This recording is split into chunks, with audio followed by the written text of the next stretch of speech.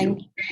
Thank you very much. I am Nekesa Were, and I am the Director of Strategy at AfriLabs, which is a Pan-African network of innovation spaces. We currently have a membership of just under 300 innovation spaces spread across 49 African countries. Today, it's my absolute pleasure to lead this conversation on the future of agriculture today. As you know, there's lots of innovations, lots of agri-tech innovations across the African landscape, indeed across the Kenyan landscape. And ultimately, what they're all looking to do is offer efficiency. However, at times, these agri-tech technologies, in an attempt to increase output, are attempting to increase output with less or fewer inputs. Agri-tech also saves the farmers time and money, but by automating tasks and replacing much of the labor needed on farming operation.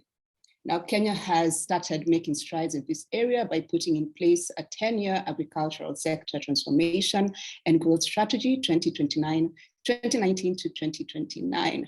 And so today we have a distinguished panel. We're going to talk about the future of agriculture today, what smart technology we should be getting involved in, what currently exists, and what the regulatory landscape looks like. And so I'll ask my distinguished panel to join me on screen, please. We have Stephan Nell, we have Dr. Raymond Mdachi, we have Geoffrey Nyaga, and Anand Nagothu. And I'll ask you to please introduce yourselves, perhaps beginning with Stephan Nell. All right, good afternoon, everyone. I'm Stephan Nell. I am with John Deere, agricultural equipment solutions provider, and I'm responsible for our sales and our business activities in East Africa and Middle East. I'm pleased to be part of this panel. Thank you very much. Dr. Mdachi.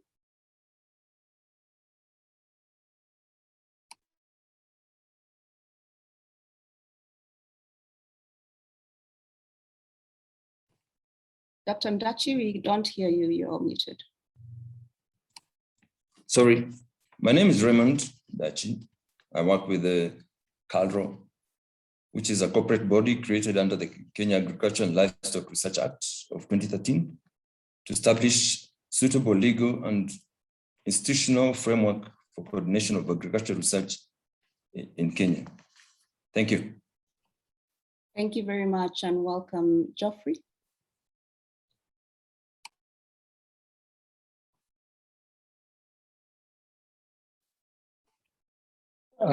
Afternoon, everyone. My name is Geoffrey Nyaga.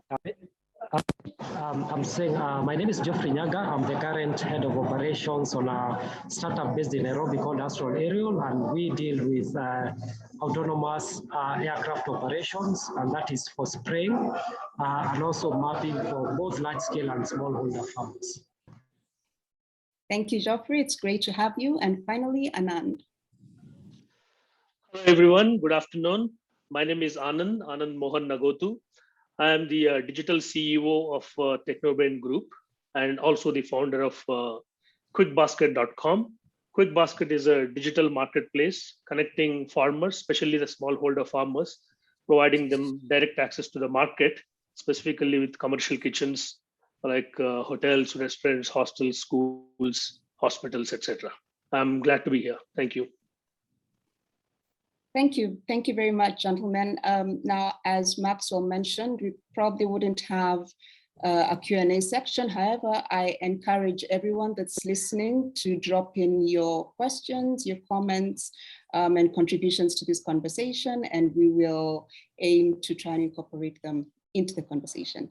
And so having said that, gentlemen, I would love to begin with a question, perhaps directed at you, Stephan, on smart technology innovations. I'm curious to know what you're currently seeing in Kenya or what you'd like to see adopted in Kenya. You have worked within the East African landscape for a while, and perhaps also how can the private and government partner to accelerate this uptake?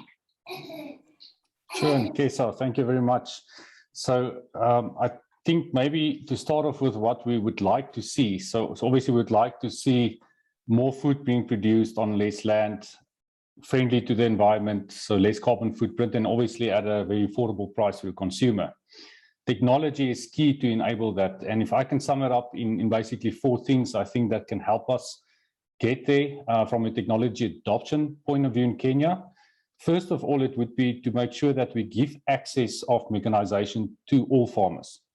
So a lot of small farmers do not have affordability to purchase mechanization or the best mechanization solutions. And as such, we think there's an environment for small and micro enterprises to, through a digitalized platform, provide these services to these guys. So obviously you need it GPS enabled, you need it through a GSM network, a user-friendly platform for these farmers to book services. Secondly, what we also would need is an easy system where transactions can flow. So aside from the booking system, there needs to be a user-friendly, like almost a mobile type of banking system, like M-Pesa we've seen in Kenya, that just more formalized to capture the right data and integrate with the system for the flow of funds between the service provider, the farmer, and then also the other key players in the value chain. Thirdly, important is one of the things that I think we have not seen widely adopted yet across many of the African countries, and that is a digitalized grain trading platform. That needs to be formalized, of course, and instituted by the government. But through these platforms, that is where we can see the selling or securing of future delivery on produce. That's almost like a guaranteed off-taker model, and that eventually in this digital space can help manage risk for financial providers. And then obviously, lastly, as I talk about financial providers, very important is an easy to understand and a digital application platform, not only for the farmers to secure funding to have mechanization services and buy the best seeds and fertilizers and input, but also for these small and micro enterprises to secure funding to start their businesses.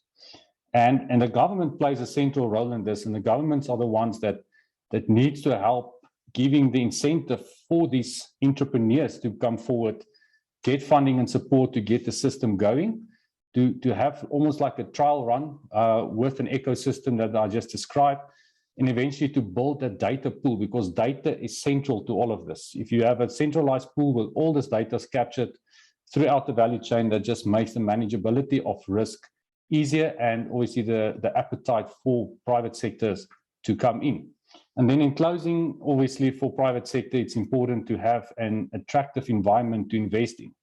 So we hear a lot about governments asking for private sector support, funding, money, but if there's not an environment that gives you an attractive investment opportunity, and I'm talking like trade barriers, import tariffs, duties, taxes, because we're mostly international companies that operate in Kenya through established dealer networks, and we need to support these dealer networks as well by making sure they get the best possible deal to import inputs and provide services and also mechanization products into Kenya to make it affordable for the end user.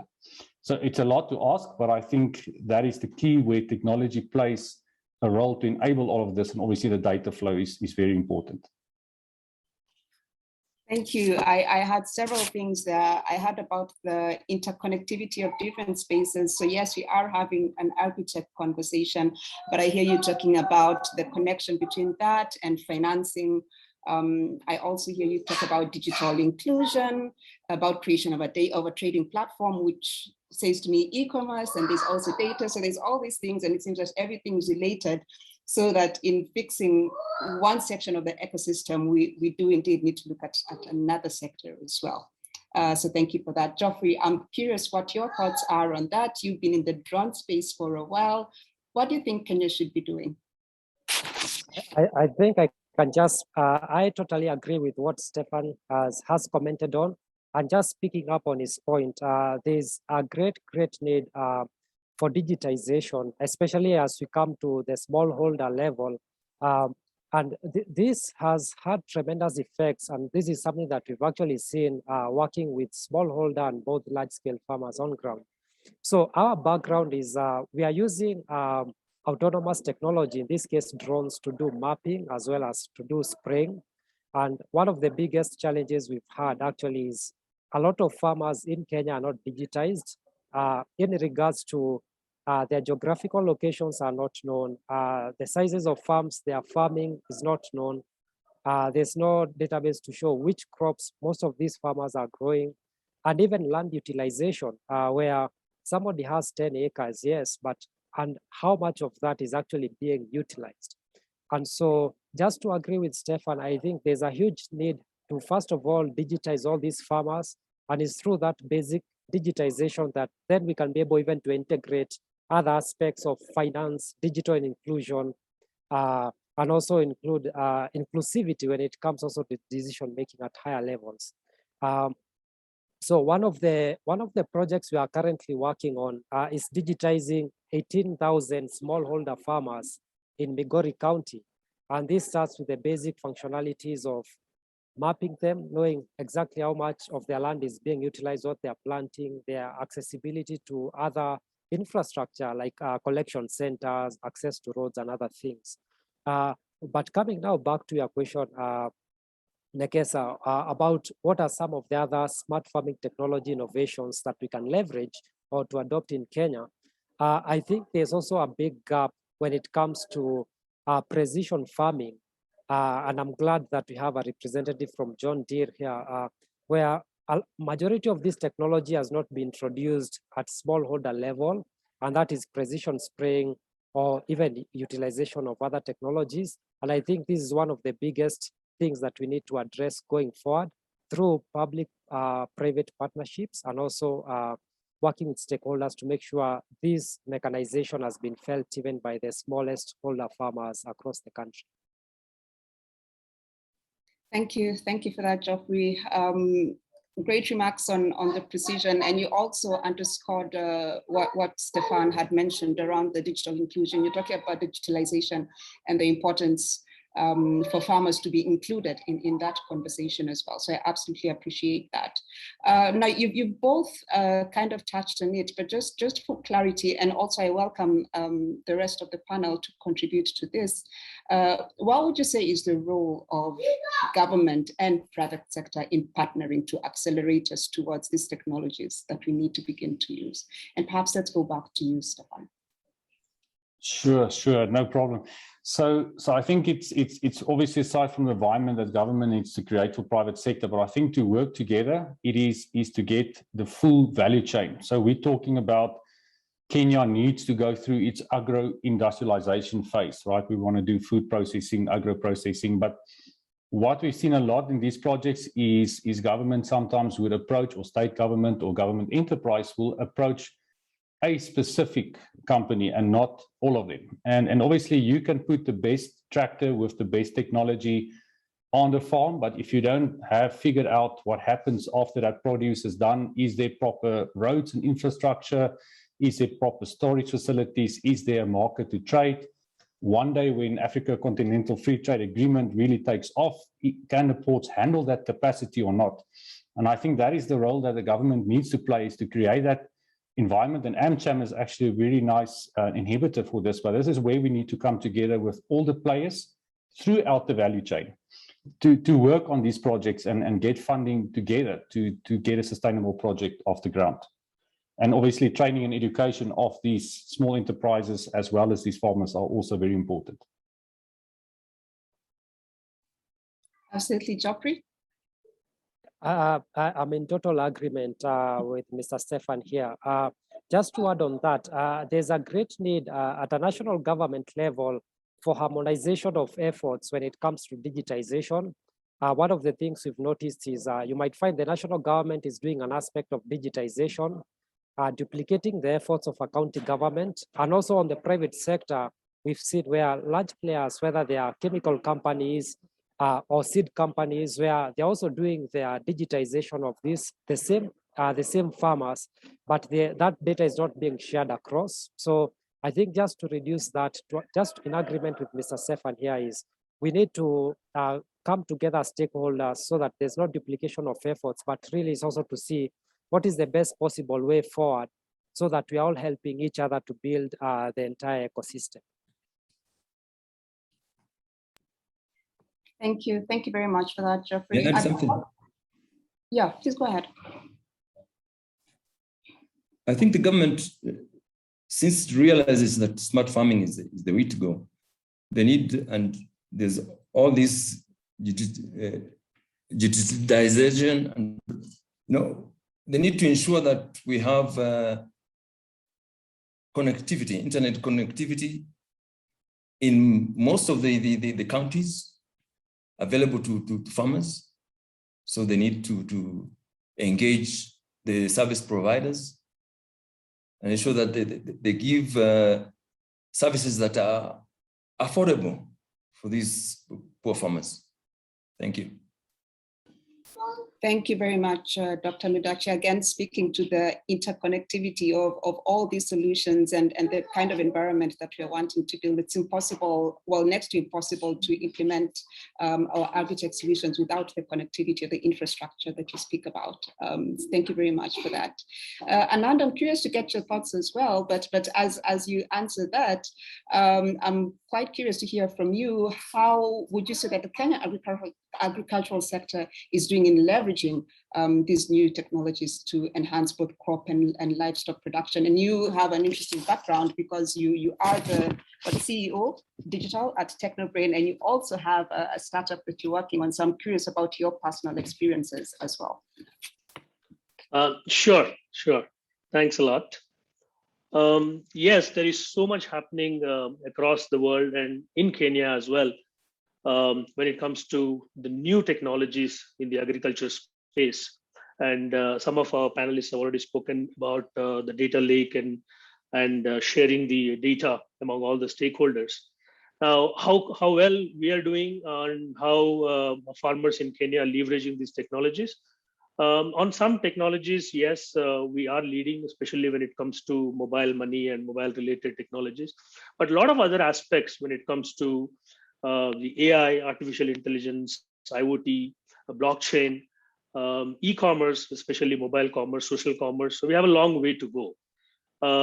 So these technologies can be really leveraged to the full potential in many ways to improve the yield, to give a better access to the market, and using these technologies, obviously, the overall income of the farmers can be improved.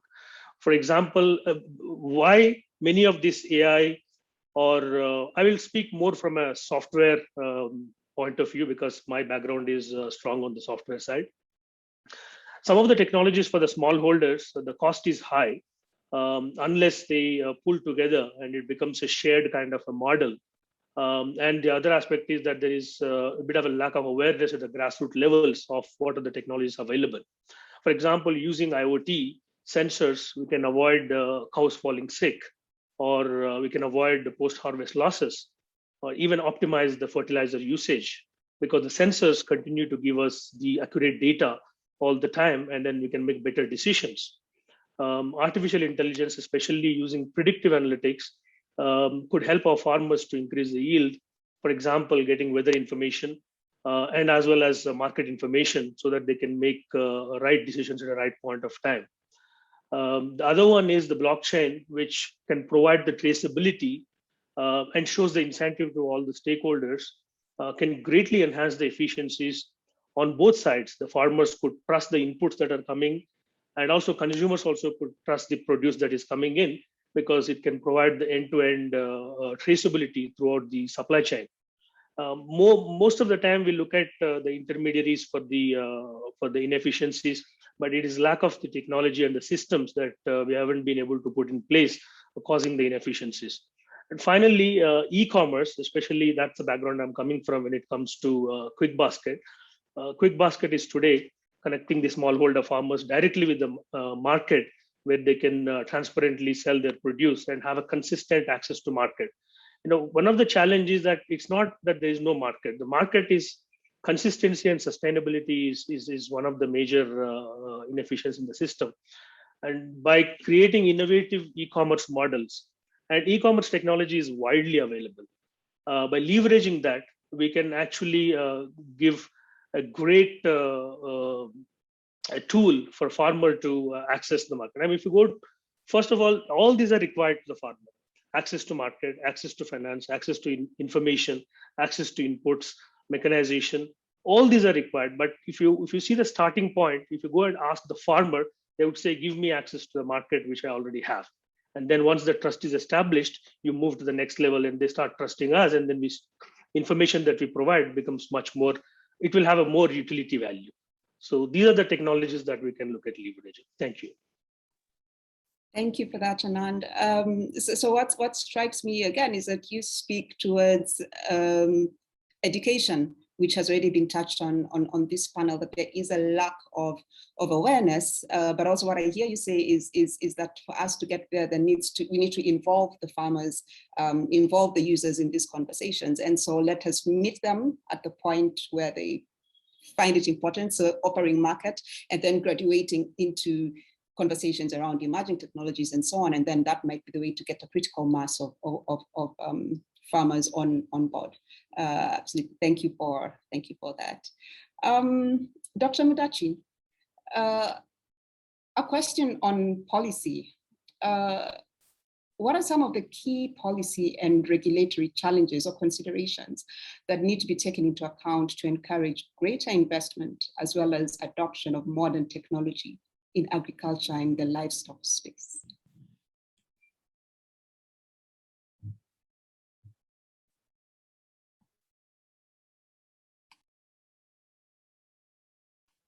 Oh, thank you. Now, we know that agriculture policy in Kenya revolves around the main goals of increasing productivity and income growth, especially for smallholders. Therefore, there's key areas of policy concerns when it comes to formulating policies is the declining agriculture performance,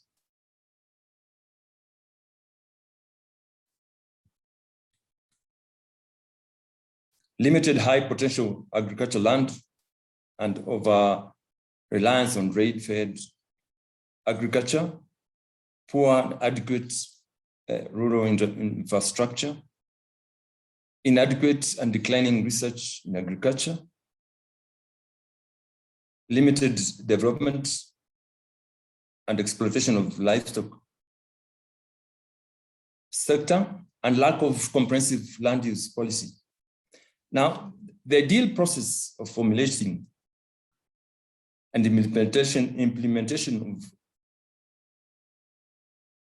of policy, legal framework, and legislations need to integrate the interests of various players in the sector.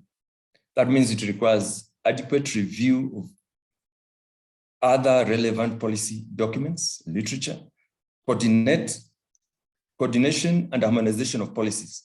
This is to avoid conflicts, extensive consultation and sensitization of key stakeholders to avoid rejection of some of these policies, and more important, the political goodwill to adequately implement reform processes prompted by these policies. However, I think due to the rapid change of government and key donor agenda and priorities and interference from interest groups, this required process is not usually followed. This results in inadequate policies and legislation that expose the sector to risks of inefficiency, duplication of efforts, and misallocation of resources. It also results in technologies that are costly and not demand-driven, and therefore limiting adoption of these technologies by farmers. Therefore, there's always need for, that's why there's need for regular review of these policies, which according to me, I think it's unwarranted. If the ideal process was followed, we won't need to spend so much time and money in reviewing these policies.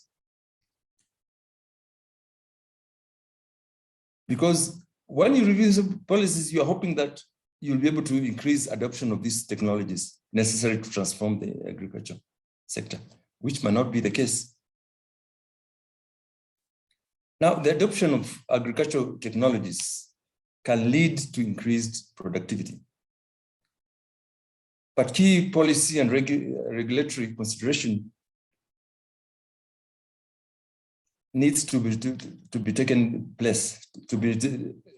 into place. One of them is, how do we reduce the cost of these locally produced technologies, which are normally expensive, causing farmers to look elsewhere, knowing that with the internet availability, farmers have access to information and technologies that are currently not available or maybe not approved for use in Kenya. That is, those that have not been localized or evaluated for suitability. The other consideration is how to facilitate the investor in agribusiness, who requires conducive environment in terms of appropriate infrastructure, tax rebate, low interest credit facilities, easy access to export and import permits, etc. And then how to strengthen the weak research extension farmer linkages and the weak interdisciplinary collaborations, partnership in agriculture research.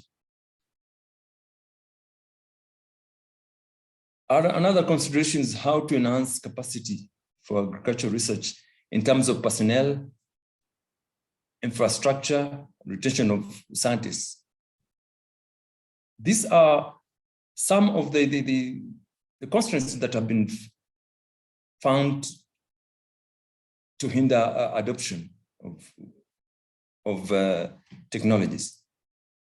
Then how do you, as a policy, how do you enhance adoption of these new and emerging technologies? These are considerations and challenges that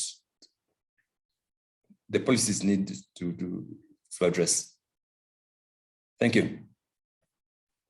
Thank you very much, Dr. Mdachi. And we do have a contribution from the PS's office.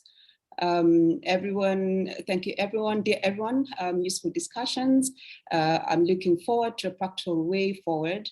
In horticulture, we have developed an aggregation model that will make it possible to support successful introduction and productivity, improving technologies in a sustainable manner.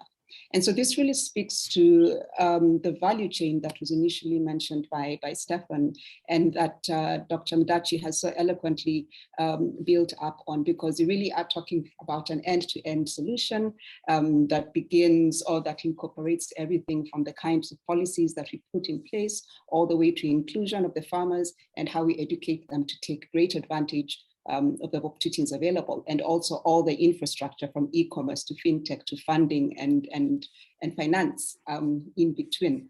And I really would love to end it on that high, but before we do, I'd love to take a one sweep across this esteemed panel and have everyone perhaps give some final thoughts on this value chain and where we are as a Kenyan ecosystem right now. Do you think we will meet our 2019-2029 strategy, or do we need to accelerate a few things? And perhaps we'll begin with you again, Stephan. Sure, no, definitely we need to accelerate a few things. And I think what we've seen on a lot of these panels and conversations throughout the years is everyone's got their model, but we lack the fully integrated type of cohesion between the different value chain players. And I think definitely a lot of work needs to go in, and what I can maybe pose off is the two challenges, right? So the first challenge would be for private sector and government, and Geoffrey mentioned public-private partnerships, and John Deere happened to have a lot of success with that in Ethiopia. That is a starting point for us to start working together in a formalized manner, obviously achieving the end result. And then basically summing up also what Dr. Mdachi said and coming in with the technology side, it's all about that price sensitivity. So you want to make sure your consumer can purchase food at an affordable price. And as Dutch, you need a producer that can afford the technologies to do it. So, and with all these red tapes and taxes and VATs and inflation we've seen across Africa, it just making it very expensive for farmers or even small enterprises to really adopt and give this value. So that would be my challenge to government and private sector, to really go and sit and say, how do we create a better environment for this to work in a sustainable way? Thank you very much, Stephan. Geoffrey, how are we doing? First of all, just to take off from what Dr. Mdachi talked about, there's a great importance for the government to make sure that local solutions are quite affordable, so that a lot of farmers don't go and look for this solution outside there. But just to wrap up also what Mr. Stephan has said, and also the thoughts that Mr. Anand had talked about, is that we all have solutions or ideas that we think can accelerate towards our goal as a country. But it's upon us to come together so that we can streamline all our ideas into the common vision that all of us here are sitting. And that's what Mr. Stephan said, is make sure that there's food security and affordability to the end consumer. But just to wrap up, coming from my own industry, I come from an emerging industry, which is the autonomous robots and also drone industry that is coming into agriculture. And we sit at a very interesting intersection where it's an industry led by very young people. But also the same young people also coming into this industry for agriculture, which traditionally has been framed as not so cool or something that young people cannot venture into. And so we've seen this interesting dynamics play out where even as other technologies that are coming to support agriculture, if they are being supported by the government, it has a compounding effect where at the end of the day, you have precision agriculture, which is very cost effective compared to traditional means to the end consumers.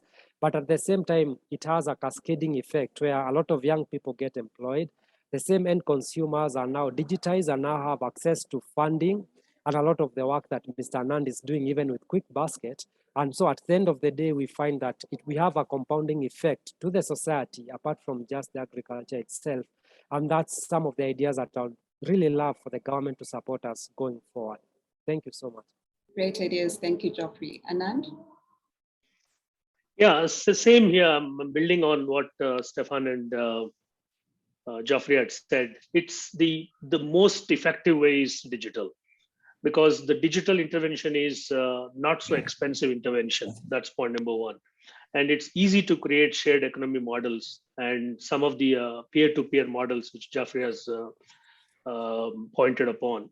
And also it's effective to leverage the existing knowledge base around within our community, within our country.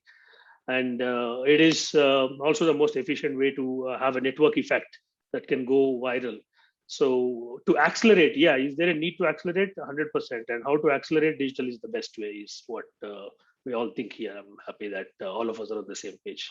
Thank you. Thank you, Anand. Dr. Mdachi, how are we doing? Do we need to accelerate anything?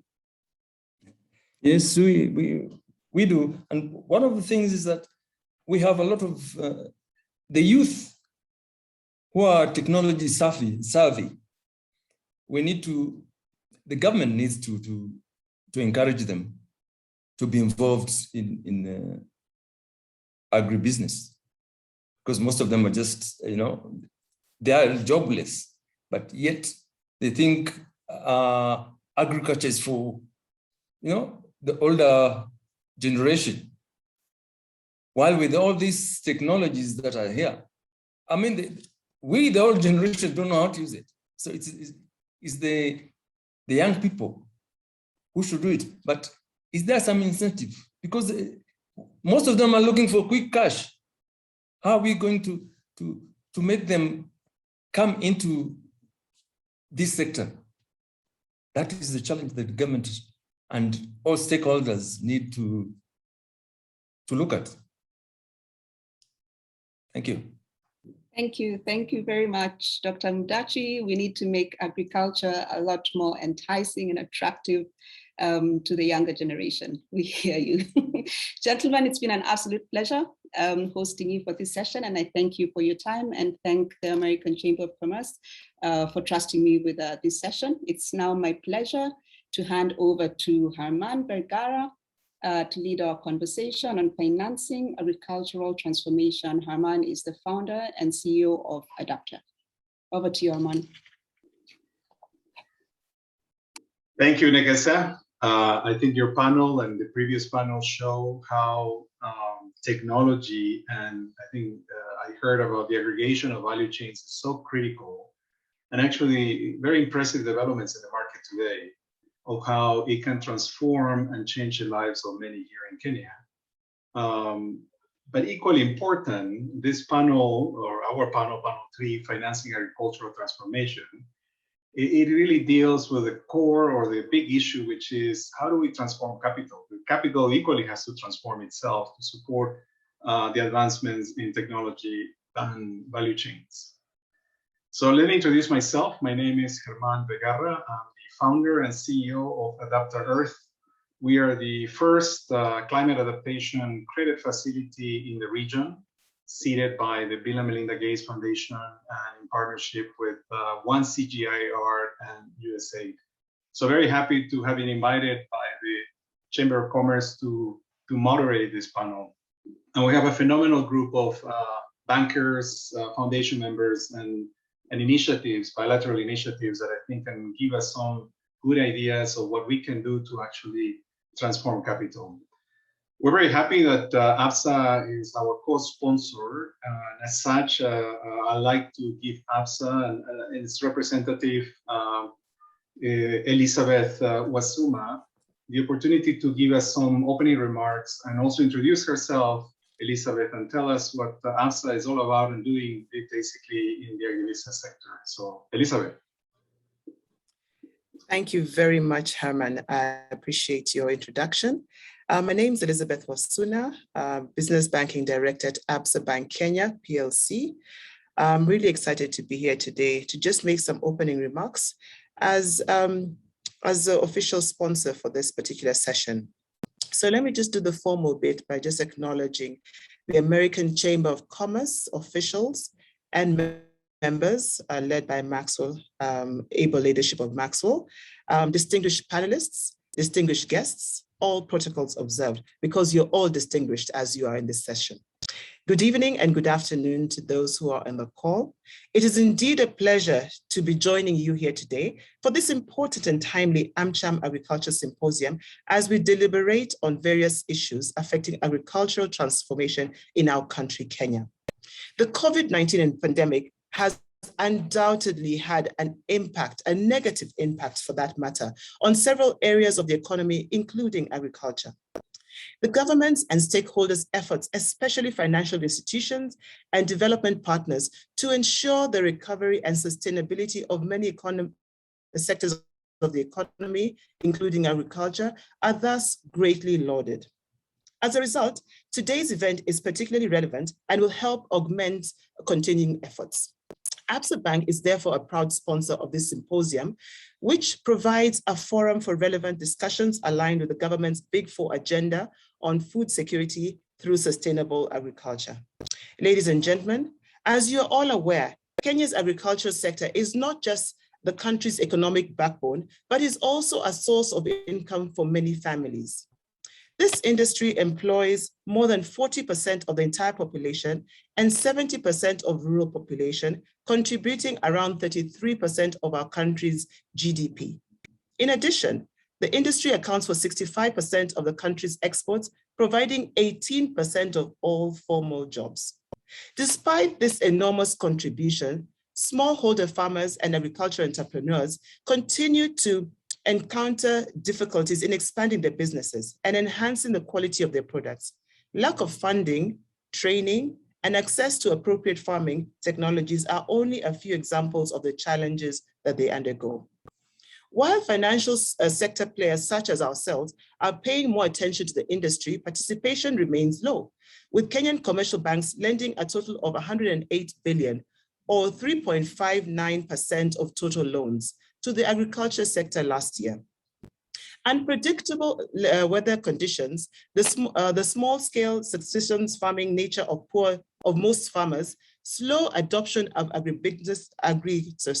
slow adoption of agri-technology, price instability, and perishability of goods, as well as poor and reliable transportation infrastructure are some of the reasons why the financial services sector is still hesitant to invest in this sector. And I'm sure the conversation pursuant to this, so my remarks, will really try to delve into some of those issues. Ladies and gentlemen, today's discussion is therefore critical in highlighting how we can address some of these bottlenecks so that more banks and financial institutions are enticed into the fold of supporting agriculture.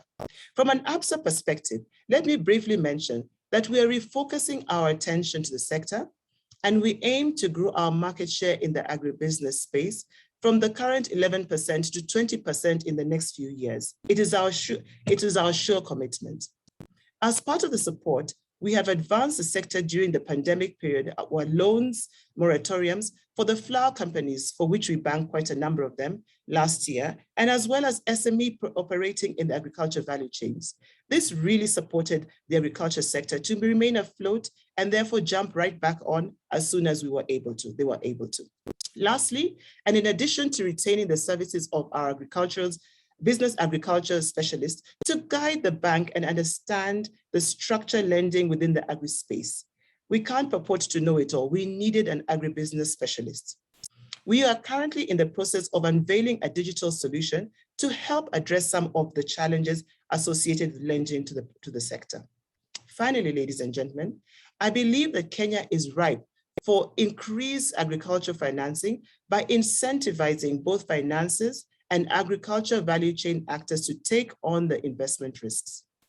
There is, for instance, lies an opportunity for commercial banks to focus on primary agriculture by developing relevant technologies, reaching far-flung areas, leverage on government policy with agriculture being a devolved unit. In addition, investments in data and technology that predict weather patterns to determine harvest and planting are also going to be timely interventions. Banks also need to partner with insurance companies to enhance agriculture finance, insurance financing in the agribusiness space. With those remarks, let me end by extending my appreciation to the American Chamber of Commerce Kenya for organizing and hosting this symposium. I look forward to a fruitful conversation on the panel on financing agriculture transformation. Thank you very much. Thank you, Elizabeth. I think what I got out of your opening remarks is really your strategic decision to double your exposure to the sector. Impressive, congratulations. I hope other banks do the same thing. I think we probably would not need this sort of discussions if everybody would actually lend to the sector. And I would hope that some of that money can actually go also into primary production, which always is the weakest link in the sector. But we'll talk about that in a minute. As many of you know, the MasterCard Foundation is at the forefront, basically, of youth and gender development growth. And here in Kenya, they're doing quite a bit. So I'm very happy to introduce Daniel Huba, who is a Vice President of Markets, Humanitarian Development, and Markets, MasterCard's Farmer Network Lead. To introduce himself and tell us a little bit more about what MasterCard is doing lately here in Kenya. Daniel. Thanks, German. And really a pleasure to be here. So good afternoon and good morning to all panelists and the call today, and all protocol observed from our distinguished guests. My name is Daniel Huba. I am the Vice President for Markets from MasterCard, in charge of our Eastern and Southern African market. And just to be clear a little bit, so we belong to the corporate side of MasterCard. Of course, our sister foundation is quite known, but I see it on the corporate side of MasterCard, where we focus in developing digital solutions that have the greatest impact to humanity, but also have commercial result. Now, from a MasterCard perspective, and really from a corporate perspective, right from our strategy, we imagine a world where every community, an individual, can meet their basic needs. And we want to do that by focusing on building a digital infrastructure that connects those individuals to critical services, whether it is healthcare, education, whether it is in agriculture marketplaces or microcommerce. And to do this, we've developed a platform we call Community Pass. And Community Pass is basically an interoperable digital platform that facilitates service delivery at last mile, so that these individuals, in this instance, our farmers, can be able to get their services when they need them, everywhere and always. And in doing so, we would like to leverage what we are known for as MasterCard. That is building technology that is secure, that is safe, that is intuitive, but that is interoperable and ready to work with other actors in market. So I think I'm very happy to be here today, just to share more about what we're doing and see how, from an agri-tech perspective, we can leverage some of the works we're doing in the region to grow our success. Thank you. Thank you, Daniel. And maybe at the end, I'll give you a little bit of more minutes for you to talk more about Community First, a very interesting initiative that maybe some of us will want to know more about what that is exactly. So let me then introduce our second banker, and Managing Director of the Agricultural Finance Corporation. I think the sole development finance institution here in Kenya is supporting the agricultural sector. So George, the floor is yours. Thank you, Jermaine. And from the onset, let me appreciate the conveners of this timely forum. My name is George Kubai, currently serving as the Managing Director of Agriculture Finance Corporation. Agriculture Finance Corporation is a development finance institution in Kenya, which is only owned by the government, and with a statutory mandate to support the development of agriculture through provision of credit and technical support. AFC has been part of Kenya's agricultural story since independence. The institution has essentially been part of the evolution of the sector, and in part, that very extensive and intimate involvement is the foundation of AFC's resilience as a player within the sector. Let me also take this chance to appreciate the US government as AFC. We have partnerships with several activities supported by the US government. These include Kenya Investment Mechanism, the US Aid KUSA, livestock market systems, and the Kenya Crops and Dairy market systems. We are currently realigning our offering to ensure that we are responsive and targeted. And central to this strategic pathway is a decision to reposition our offering with a view of being more impactful and relevant to the market. We have determined that our greatest strength and the place where we will be more impactful is ensuring that all our investment targets I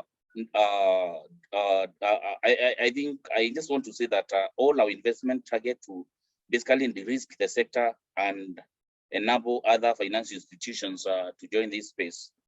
In this manner, we not only realize our mandate, but equally facilitate additional private sector capital to enter the space. So this is where our efforts are currently focused, and we are doing this through rolling out and strengthening a risk-sharing scheme. We have equally structured co-investment schemes that blend our debt funding with development capital, in addition to reallocating a substantial part of our portfolio to wholesale lending, where we leverage cooperative societies, microfinance institutions, and other farmer-based organizations that can extend in-kind credit. I'm sure I'll get an opportunity to discuss more as this session rolls out. Thank you. Thank you, George. Risk sharing facility, I think you and Elizabeth have to talk after this. I think there's a lot you can do together. If you could just give a little bit of risk mitigation to Elizabeth, she'll probably go from 20 to 30%. So finally, let me introduce the representative of the USA Kenya Investment Mechanism, Shen Mesheo, East Africa Regional Coordinator for USA Kim. Shen. Thank you, Herman, and good evening, good morning, delegates, all protocols observed. My name is Shem Mecheo, working with USAID KIM as the East African Regional Coordinator. So USAID KIM is a 5-year activity or project that is designed to unlock to the minimum of $520 million of investments, for targeted prime sectors of the Kenyan and East African country economies, of course, with agriculture being a key sector. We're also keen on promoting, regional trade and investment opportunities under the Prosper Africa initiative. So USAID KIM supports the mobilization of private investment and accelerates enterprise-driven development.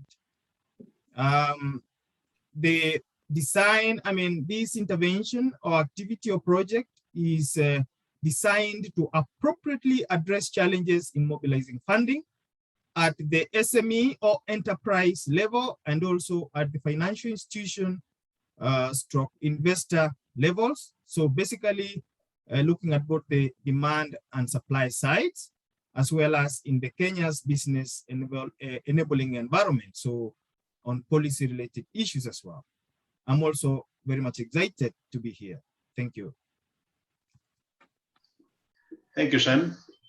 Impressive number, 520 million. That's a lot of money that you guys have been working, and I know you very well, and congratulations for the success of USAID in the country and in the Africa region.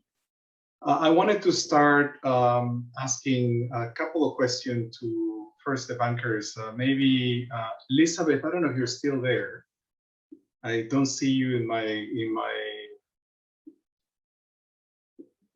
So let me ask George. Maybe let's start from the sort of the government level, George. I think you, as the managing director, are in constant communication with your shareholder in terms of what needs to be done to unlock financing to the sector.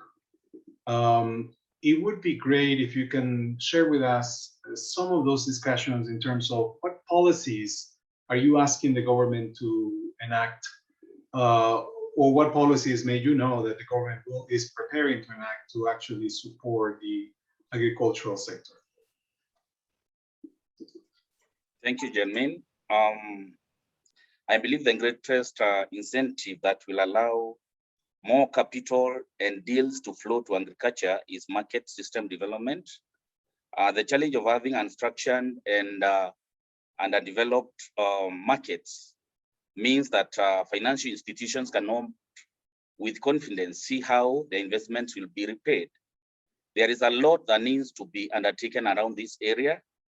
A major development is the operationalization of the warehouse receipt system that has been championed by the Ministry of Agriculture, Livestock, Fisheries, and Cooperative Societies. And this will go a long way in organizing the commodity space. As AFC, we have already entered into a memorandum of understanding with the Warehouse Receipt System Council, and we look forward to investing close to 2 billion shillings annually once the framework is in place. Nonetheless, the warehouse receipting is just one piece of the puzzle. The remaining piece is also to operationalize a commodity exchange market. The operationalization of the commodity exchange market will inject certainty in the commodity trade, and it will also provide verifiable data, which financial institutions can then rely to make the investment decisions. A similar policy approach then needs to be implemented when it comes to livestock trade. How can we structure a market system that provides data on sales of livestock, and how then can we tie financial institutions and make them an active participant in that ecosystem? A policy that would enable such development is definitely required. Additionally, there is need to develop a policy framework that provides for credit and credit guarantee to agriculture SMEs. Currently, the National Treasury is implementing a credit guarantee scheme for SMEs, which has been enabled through regulations under the Public Finance Management Act. What, however, we are seeing is that the structure of the guarantee scheme may not have taken the structure of the guarantee scheme may not have taken into cognizance the unique needs of agriculture as a sector. AFC implements an agricultural risk sharing scheme, and some of the lessons we have learned is that agriculture needs to be treated as a standalone sector. Other segments of the economy are fairly developed and are attracting credit. The risk and the imperfections that need to be resolved in agriculture are fairly enhanced, and a targeted risk guarantee framework needs to be structured and enabled by policy. I think to me, these are some of the things that, if undertaken, will enable the actors, the financial actors, to have confidence, and eventually this will lead into more capital flowing into the sector. Thank you. Thank you, George. I think the initiative on warehouse receipts is welcome. I think this has been talked about a lot here in Kenya and across the world. Is always a very difficult element to implement unless you address the quality of the inputs or the commodity that you will be warehousing, and a number of other things that are still up in the air. So, but it's great to see that that this is actually remains a critical element to eliminate this distress sale that always happens whenever you have harvesting. And warehousing obviously will have an enormous impact on the life of farmers. Elizabeth, you are a leading regional bank. I think ABSA is across Africa, and you probably have observed a number of very interesting structures or initiatives that ABSA is trying out in other countries. It would be great to hear from you. What are some of those structures or initiatives that you've seen ABSA implementing in other countries?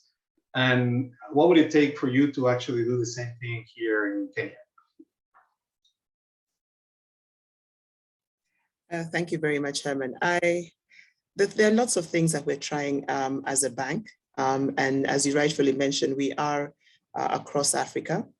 But I think there are two things that really come to mind, even as I give my points on what we've tried to do, or what we're trying to do to make sure that we can accelerate agriculture in Kenya and Africa for that matter. One thing that I know is that, one, the power of partnerships is something that we can't avoid in this process. Why do I say this? Because when we're going into the agriculture field, we find that very few banks really embrace agriculture as a key area for financing. So if we don't have the information, and there are organizations out there that have the information, and they are into farming, and they can understand farming better, why not partner? Because in that partnership, the sharing of information becomes really critical. Apart from just the issue of partnership, for me, there's another thing that is really important. Other than partnership, the power of being intentional about what you want to do without partnership then becomes really critical. Why do I say this? Because I know we spend a lot of time crafting, we talk about them, we do fantastic launches, but then at the end of the day, there is no intention to really support the key agricultures on the ground, the primary and the secondary agricultures on the ground. And therefore, over time, whatever fantastic propositions we put out there then really go to waste. Go across Africa doing is ensure that we have good business models that speak to this, but not just by ourselves. First and foremost, creating partnerships with our customers, in bigger areas, with organizations in the country, with government, because you can't do anything without government in any country for you to be intentional and very focused. So we have, we have tried various things, and I'll speak to three things in particular. One, we have really embraced the value chain lending model. And that has really helped us because in different areas, it's called ecosystem. Some people call it supply chain. There are lots of ways, but it essentially speaks to value chain-based lending, which then means that, we assess the actors, whether it's private or public sector, we assess those. We make sure that we can, follow through on the value chain end to end, understand where the issues are, understand what kind of products and services we can add on to make sure that process is more efficient and effective. And that is why I say we can't do it alone, because in the agri space, especially when you speak about primary lending, you speak about manufacturing or value addition, and then we have the piece which is actually selling and making sure you market and finally getting the goods to wherever it is. It's a whole piece. But from a banking perspective, when you understand end-to-end, we can be able to come in and craft solutions to ensure that each of those processes or each part of it has a product or a service that can improve efficiency and productivity in every seed. So for us, one of the key areas that we've really embraced is value chain management. We have even gone to our clients, some of our big clients in the corporate and investment space, speak to them to support their value chain. So support their SMEs, support their producers, support their the suppliers and the distributors, the full value chain, to ensure that the farmer at the far end gets their full value of what they require. The farmer at the far end can be able to get financing, can be able to get new equipment, new ideas, things that can support them grow their business in a more efficient and effective way. So value chain management has become a key thing for us, just to make sure that the primary farmer on the ground can be able to get what is duly theirs in all these things that I've spoken to. I think the second area that we've embraced across Africa, and something that we're really working, again, speaking to the power of partnership, looking for de-risking initiatives. And when I say de-risking initiatives, we speak to partners like the DFIs, the foundations, again, government, and look for schemes. And I'm really looking to speak to Mr. Kubai, because I do know in his area, we can find some very interesting ways of being able to de-risk, but also to be able to support the primary farm on the ground. Because, again, typical banking fields, because of the way agriculture has traditionally been run. And I think it's a flaw, because in a way we assess things is normally from a historical perspective.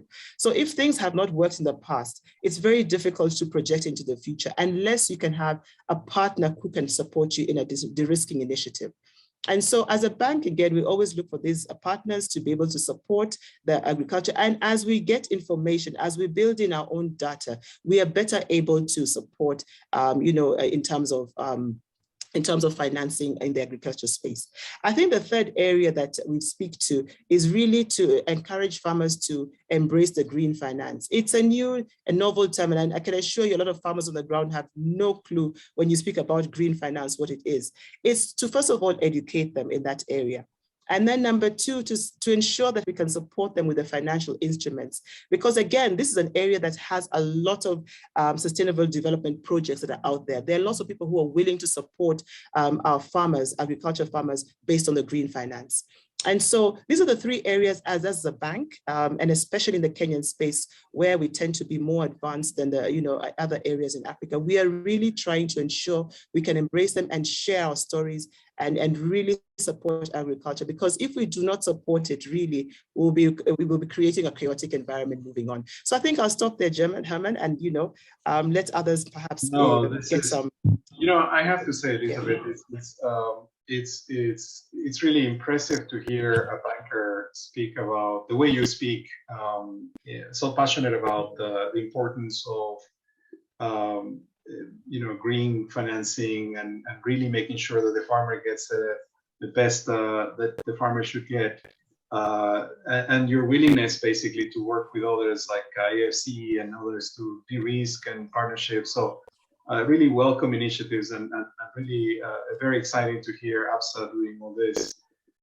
Daniel, I wanted to ask you, the previous panelists have talked a lot about technology. I know you're passionate about technology. I've been reading about you in the internet, so you're very passionate about technology and the potential that it has in changes people's lives. But it's difficult to finance technology.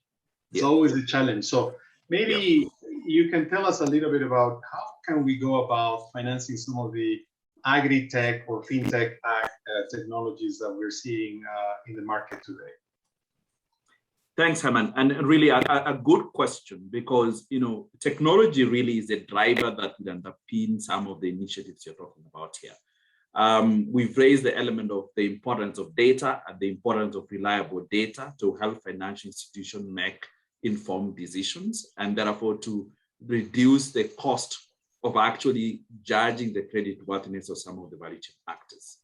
So I think an important point to start is to look at what are some of them the critical barriers that these agtechs, or broadly speaking, technology companies, are facing when they come or they seek financing.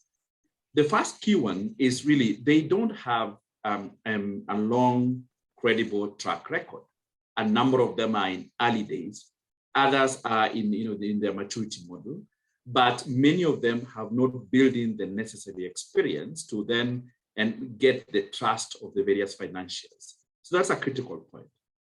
The second one is that a lot of the agtech companies are still on pilot stage. If you look across Africa, many of the initiatives in agriculture today, from a technology perspective, are either donor-driven, they are being financed by someone, and are really not commercial ventures. So a lot of them are basically on the pilot stage. And then how do you leapfrog from starting up your tech initiative and jumping directly into a commercial conversation? And I'll give an example of how we do some of that.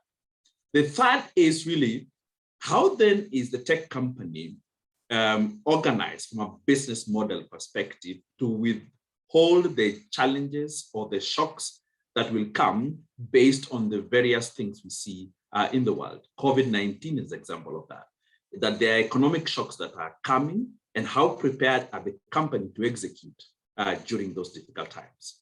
And lastly, how robust is their technology infrastructure such that they can then be able to survive all the challenges that come with managing data?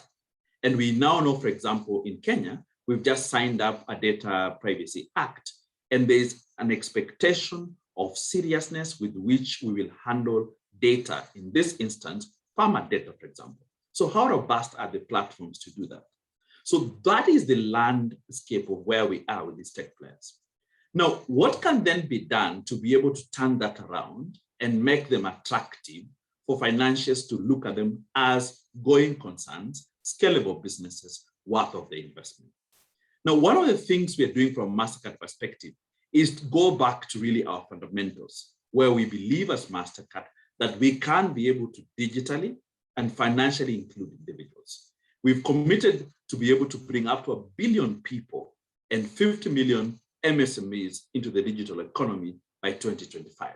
We actually have the journey, and we are very focused that 25 million of these MSMEs, many of them will be in the tech world, will actually be women-led entrepreneurs.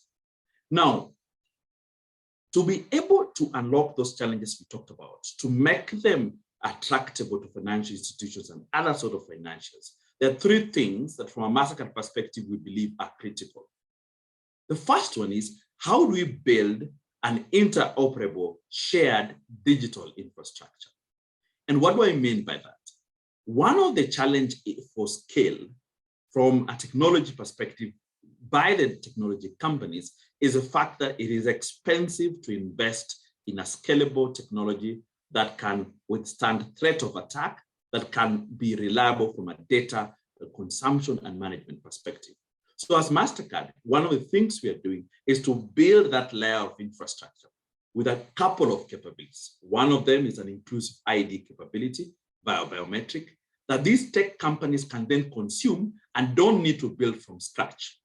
The second is a payment management capability that they can be able to plug in and make advantage or take advantage of our wide payment infrastructure that we have with banks already and other financial institutions. Right. So that is critical. The second other point to note is, how then do you build a common acceptable network for service points? Now, it's a challenge for these tech companies to be able to build their own digital agent network, their own individuals in troops, in number in our villages in Kenya and many African places. Elizabeth talked about 70% of individuals employed in these sectors and predominant in the rural areas. These fintechs, these agtechs don't have the capacity to build their own infrastructure of people and resources who can consume these services. So one of the things, again, we are doing there from a MasterCard perspective is, how do you make that a shared service? So there's a digital agent network that's shareable across most tech providers. Now, Daniel, let me interrupt you there, because yes. We're running out of time. I know you're. One of the things that I'm hearing from you very quickly is that MasterCard is trying to create a network or the platform to enable startups, rather than they be spending their money, is yes. Getting to know people, your client better, and also your payment system better. So it sounds like a lot of the startups should be talking to you around maybe we can talk about this separately, maybe outside is how do a startup come and talk to you about their ideas, and how can they actually get to work on your platform? But we can take that separately because we're running out of time. So I want to give Shem, because you're on the ground. I think all of us have really talked about the challenges of access to finance, but you're really on the ground helping companies access finance. So what are the things that you haven't heard yet from this group that you've learned that should be done in terms of accelerating access to finance in the sector? Yeah, thank you once again, Herman. Yeah, for sure. I think many of the panelists have referred to this. Elizabeth talked about a number of these, hindrances that are hindering, agribusiness actors or farmers to accessing capital or credit. And to a large extent, in fact, small-scale farmers are really the biggest proportion within, the value chain or the segment along the value chain that are highly, underserved in terms of accessing form of borrowing. And I think she mentioned a lot to do with, the high nature of the sector, the high risk nature of the sector, associated with droughts, pests, fluctuating prices, but also the element of non-suitability of conventional farming, financing instruments to agriculture enterprises also is a contributing factor. And also, the unfavorable credit terms of offering credit to farmers. So you realize that though of late we are seeing a little bit of progress in terms of, seeing financial institutions developing and tailoring some credit products that, are in sync with the dynamism that is within the agriculture space. Perhaps we need to see more of this. Mm-hmm. Also, the other thing is, we've talked about the biggest percentage of this category of people, farmers, being in the rural areas, and transaction costs in rural areas are higher than in the urban areas due to the more dispersed population and the weak infrastructure. And this certainly is a deterrent and a disincentive for commercial banks to tap into this rural market. Lastly, I think there is also, big opportunity for government, because we see low government investment in agriculture. And in fact, public spending on agriculture, as we speak, ranges between 3, to 6% of the budget. Now, and that therefore means that, the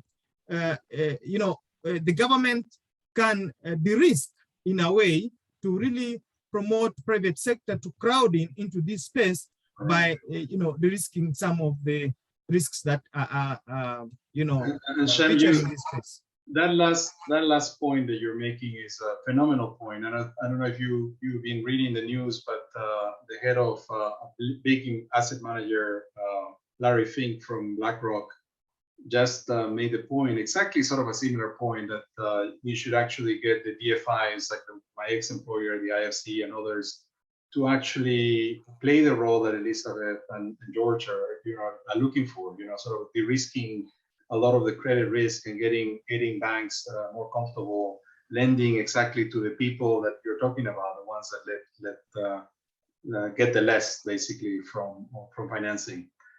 Listen, we have run out of time, so we're way over time, so I have to cut you off. I'm sorry. I think Maxwell, next time you just have to do one panel of financing. I think this could take easily 3 hours of discussions among members, and we haven't even gotten to solutions that I'm sure many of them can actually give to the audience. So thank you very much, Maxwell.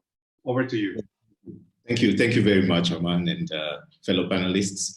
It's like you said, it's a conversation that can go on for hours, and it is definitely one of those areas that we're very keen to crack and ensure that we can create the right partnerships and be able to drive value for the ecosystem. So with that, ladies and gentlemen, I just want to very quickly move on to our closing segment. And at this point, I want to invite Ryan Scott, the Agriculture Counselor at USDA, to give some closing remarks before I officially bring the session to an end. So Ryan, the screen is yours. Well, thank you very much, Maxwell. There was certainly a lot to unpack in that discussion. I have it's certainly worth noting that this conversation should continue, that AmCham and maybe the 3 moderators that was assigned the task, that we continue the dialogue offline and maybe have another session similar to this at the end of this year, or before the end of this year, I should say, in a way that as we go into 2022, we have a vision of creating new partnerships. We have a vision of actually achieving some really solid results based on today's conversation. So here are a few takeaways that I have, and I'll pass it back to you, Maxwell. Today, we have heard firsthand about the challenges, opportunities, realities, and equities in Kenya's food and agricultural sector. Biotechnology and emerging technologies have proven their benefits, but consumer fears and misperception continue to handicap its market presence for consumer choice, and equally research for students and organizations that wish to pursue renewed sciences or advanced sciences. Can a conversation at the WTO and the East Africa community truly address the politics within East Africa community and others parts of the world among trade partners on which country allows biotechnology and how to prevent said products from interfering with those that are exportable supplies?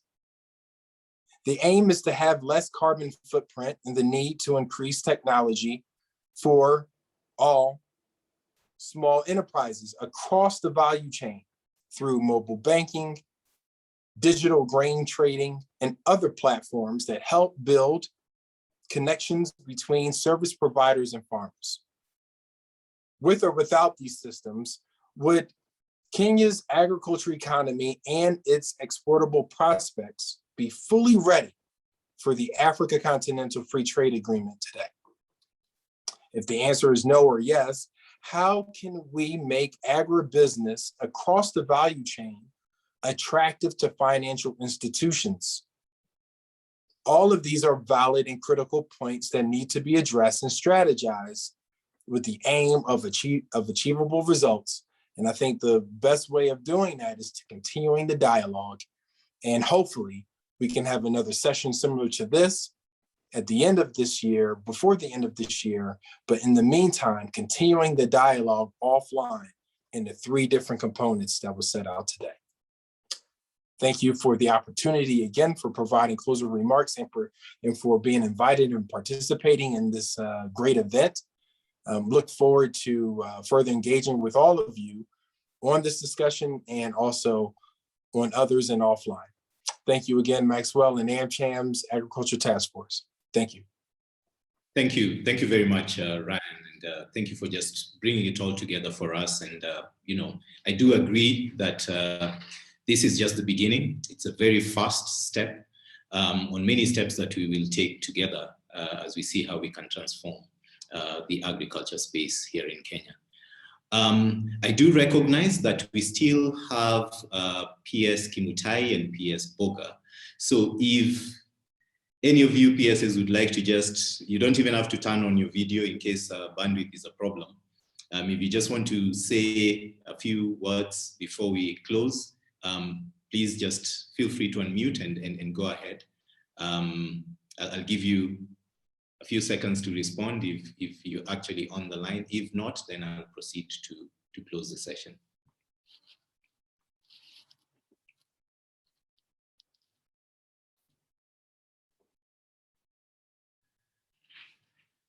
All right, great. So, ladies and gentlemen, as you've heard today, opportunities abound in Kenya's agricultural sector, one of the most highly productive in the East Africa region, with the potential to provide more quality jobs and support economic growth.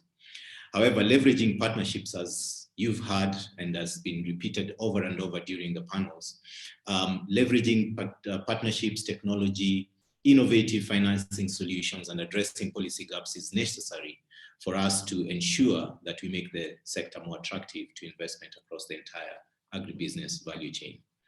This symposium is envisioned as a platform to support that agenda by facilitating deliberations, facilitating the meeting of minds by all stakeholders on these issues, with the ultimate goal of growing two-way trade between Kenya and the US in the agriculture sector. And therefore, as AmCham, we will continue to contribute to and provide support for policies that will enhance the growth of the Kenyan agriculture sector. We will showcase and promote best practice and innovations that can enhance the Kenyan agriculture sector's competitiveness internationally. And thirdly, we will champion an inclusive and sustainable agriculture sector to ensure food security. We are open and welcome collaborations and partnerships with government and with fellow private sector in this endeavor.